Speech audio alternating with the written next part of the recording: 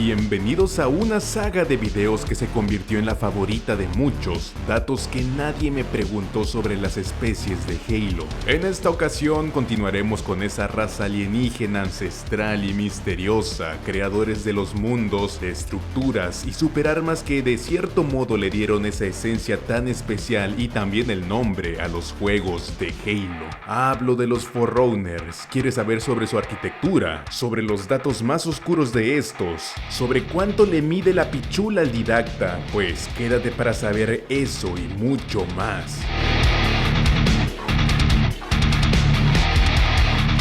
Le mando un saludo a Paracetamol, a Paul Jiménez Vivian y a Axel MC por haberme apoyado con 20 pesotes, grandes bros. Un saludo para Fausto Demian García Caro por sus 50 pesotes, eso es todo mi bro. Y claro, como no, un saludo y abrazo para el buen Eren Fortoso que me donó nada más y nada menos que 90 pesotes. Y bro, en serio, últimamente has mantenido la economía para agencia de la ONI, un aplauso para él.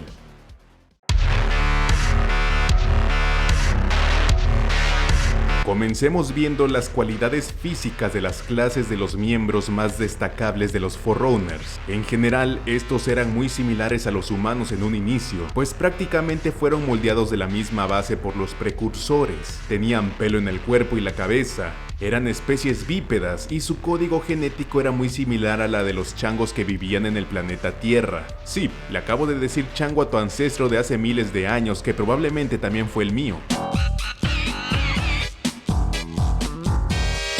Sin embargo, pronto los Forerunners comenzarían a desmarcarse rápidamente de nuestra especie, en prácticamente todo, la tecnología, el conocimiento, y fue tanto así que comenzaron a mutarse ellos mismos. Esto en respecto a la casta a la que pertenecieran o de acuerdo a su estatus social, pues cuando estos eran adolescentes elegían a qué rama se unirían y dependiendo de eso, la transición a su mutación era distinta entre sí. Por darles un ejemplo, la altura promedio de los Forerunners estaba entre los 1,90 a 4 metros. Un simple minero podía medir aproximadamente 1,98 y el Urdidacta medía unos 3 metros y medios. O incluso el papá de Nacido de las Estrellas medía hasta 4 metros.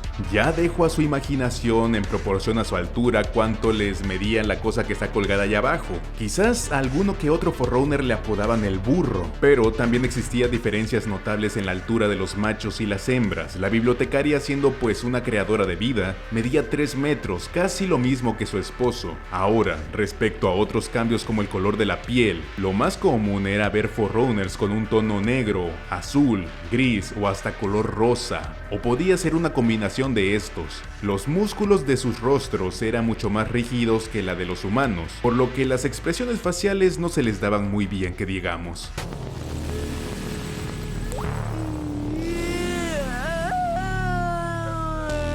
De hecho, aquel Forerunner que tenía la capacidad de asemejar algo que se viera como una leve sonrisa era visto como algo raro y bárbaro. Pero creo que sin duda un hecho interesante es ver cómo la cantidad de dedos de esta especie normalmente era de 6 o 7. Por ejemplo, el didacta tenía 6, contando los 2 pulgares a cada lado de su mano. Pero la bibliotecaria fue un caso extraño, pues contaba con 5 dedos, al igual que los humanos. Pero con todo y las mutaciones faltaría un elemento que les daría todavía más, y que gracias a su tecnología consiguieron perfeccionar al máximo.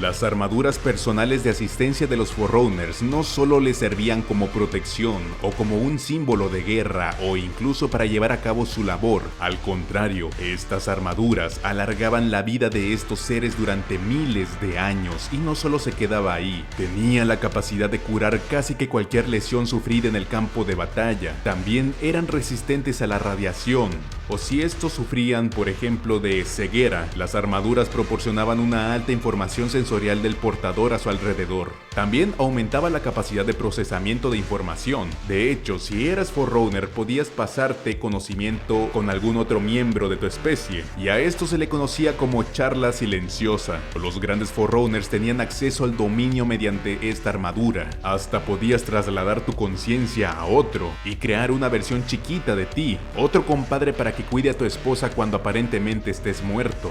Además, claro, de contar con una ancilla personal, es decir, una inteligencia artificial que apoyaba en todo momento requerido al portador. Y claro, cómo no mencionar que ciertas armaduras hacían que el Forerunner pudiera levitar, además de que reprimía el sueño de los usuarios, haciendo que estos estuvieran más activos que cualquier otra especie de la galaxia que dependiera de unas cuantas horas de la misión.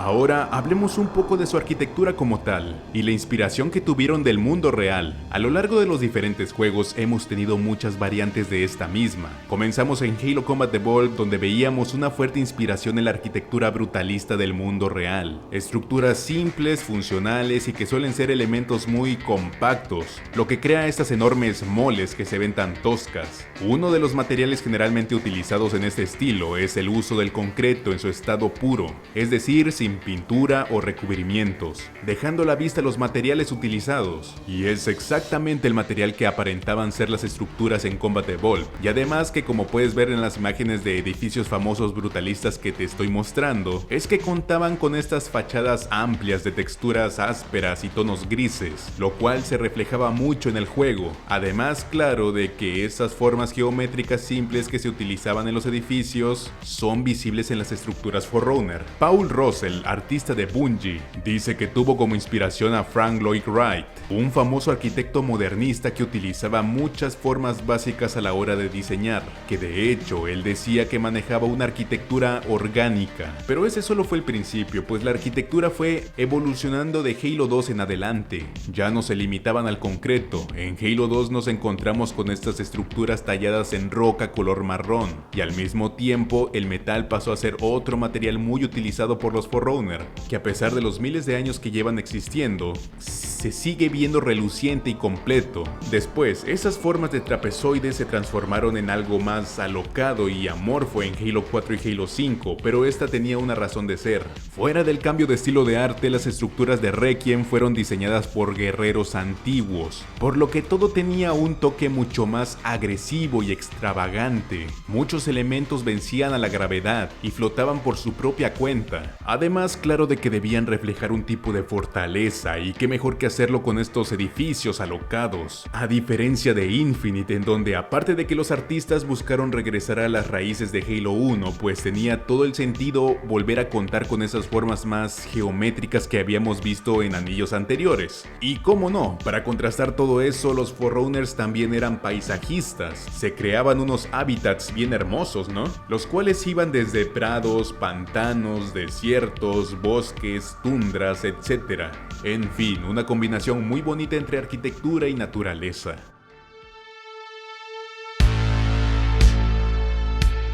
Pero hablemos de algo más interesante, es decir, sus creaciones, su tecnología. Pero aparte de los Halos, en la cuarta entrega del Jefe Maestro pudimos conocer la línea de defensa de los Forerunners, conformada por los Crawlers, los Watcher y los Caballeros Prometeos. Vamos a centrarnos en estos últimos. Estos enemigos formidables que tenían habilidades nunca antes vistas fueron la consecuencia del Didacta. Como bien les había mencionado, la guerra contra el Flood se puso picuda, y el Didacta dijo, bueno, voy a utilizar a los changos de la tierra para crear una legión de guerreros. Total, ¿qué podría pasar? ¿Acaso mi esposa me pedirá el divorcio por maltratar a sus mascotas y me meteré en una esfera gigante o algo así? Y pues sí, el resultado fue este, almas humanas transformadas en ancilas y posteriormente colocadas en estos cuerpos robóticos que de vez en cuando nos dejan ver un poco de los restos de su antigua humanidad, como ese cráneo humano que guarda dentro de su casco, o los pequeños brazos orgánicos que salen directamente de su pecho. En diseños previos sí que tendríamos un mayor acercamiento a cómo el alma de los antiguos humanos, por decirle de alguna forma, esa esencia, estaría sufriendo dentro de esta coraza metálica. Es mucho más visible en los conceptos de artes previos al diseño final, o el prototipo de los mismos Caballeros Prometeos. La verdad es que hay diseños que me agradaban muchísimo. Por ejemplo, el que parecía que tenía la misma esencia humana tratando de escapar de su cuerpo, o también esta versión previa en la que el rostro del casco, la parte metálica, tenía una cara mucho más humanizada. No sé, creo que hasta cierto punto lo hace ver más atemorizante. Pero hace relativamente poco, gracias a los modders que están trabajando en traernos contenido recortado de la Master Chief Collection, pudimos tener nuestro primer vistazo a una versión anterior al diseño final. Hasta donde llego a entender, sí que podremos llegar a enfrentarnos a ellos, pero ya será en algún tiempo. Y pues por último menciono que a algunas personas todavía no les ha caído el 20 que el color de las luces de estos guerreros, los caballeros, los crawlers y los watcher, era de color azul en la tercera misión de Halo 4, pues acá se supone que habían quedado bajo el mando de la bibliotecaria, listos para defender Requiem y combatir a cualquiera que quisiera abrir el Cryptum de su ex marido. Posterior a eso, el didacta con un simple movimiento de manos los persina al revés y pues las luces cambian de nuevo a color naranja, siendo que estos nuevamente volvieron a estar a las órdenes del didacta. Bueno, acá daré datos interesantes breves pero chidos de estos compas sin orejas y sin nariz. Los escudos de esta especie, las espadas de los caballeros prometeos e incluso los puentes están hechos de luz dura, una tecnología y técnica que hacía que la luz tomara un estado sólido, soportando mucho peso y siendo resistente a casi cualquier tipo de daño. 343 Guilty Spark fue un humano antiguo llamado Chacas, o chacas para los compas pues. Y no hablo de los chacas de México que andan en una moto itálica y no. Después de morir, su mente fue salvada dentro de un monitor, que posteriormente sería el guardián de la instalación 04 y que actualmente existe dentro del cuerpo de un soldado prometeo, por lo que podemos decir que el Chacas es inmortal de alguna u otra forma. Al menos que sepamos, todavía hay un Forerunner vivo allá afuera. Claro, el didacta todavía va a tener un libro mostrando lo último de su vida, pero hablo de aquel Forerunner que escuchamos en las terminales de Halo 5. Se salvó de la activación de los Halos, pues quedó atrapado dentro del dominio. Él había estado durmiendo hasta que Cortana pudo acceder en los eventos vistos en el juego. Cortana posteriormente descubre su presencia y hasta lo persigue. Él traslada su conciencia al cuerpo de un monitor y pues andaba buscando un lugar misterioso llamado Bastión, el cual tiene la capacidad de viajar por el desliespacio y tiene el tamaño de un planeta. Los sonidos para los rugidos de los caballeros prometeos fueron realizados por adorables demonios de Tasmania, los cuales pues tienen un gruñido muy particular.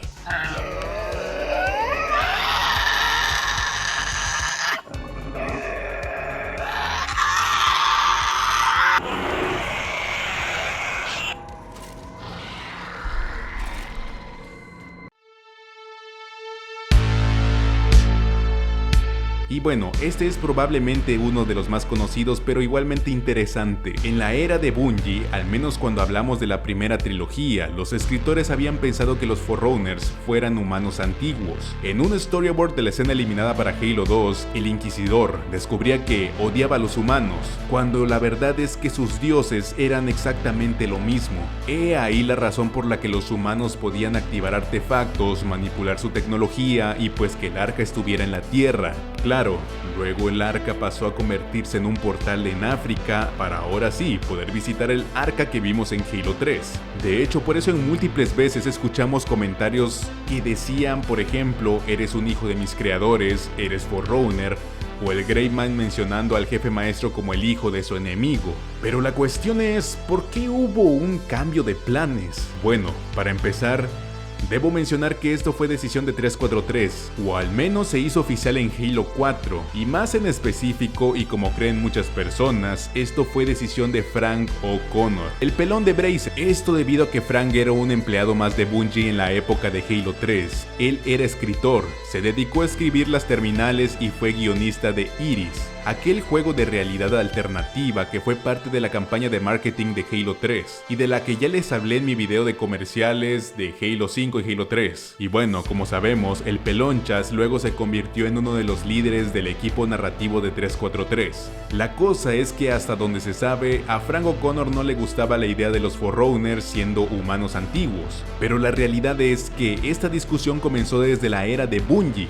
no de 343. Prácticamente habían dos grupos dentro de Bungie, los que pensaban que los Forerunners y los humanos debían ser de la misma especie y los que no. Los que pensaban que sí terminaron escribiendo la campaña, de ahí que se hagan múltiples referencias a que la humanidad es una desevolución a los Forerunners. Y por el otro lado estaban los escritores de las terminales de Halo 3, donde se hace referencia a que en algún punto la bibliotecaria encontró el planeta Tierra. No se menciona directamente, pero es prácticamente la Mami Tierra, donde los humanos estaban en estado de hombre de las cavernas. Pero no se hace mención en ninguna ocasión a que fueran parte de la misma especie. A lo que quiero ir es que en el mismo Halo 3 ya habían muchas incoherencias. En Halo Contacto Harvest, escrito por Papi Joseph Staten, se menciona directamente que los humanos y los Forerunners son lo mismo. Es decir, la administración no sabía qué rayos estaba pasando con la historia de los Forerunners. Parecía que la Biblia de Halo, documento creado específicamente para mantener una coherencia para actuales y futuros escritores de la saga, se le estaban pasando por el arco del triunfo.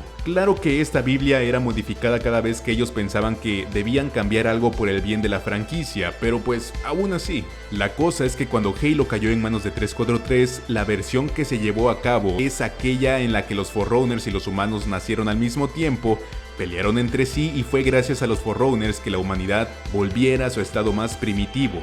Y ese es el canon actual. ¿Tú en qué bando estarías? ¿Estarías a favor o estarías en contra? Déjame saberlo allá abajo en los comentarios. Y sin nada más que decir, la ancila más sofisticada de los Forerunners se despide. Black Box, fuera.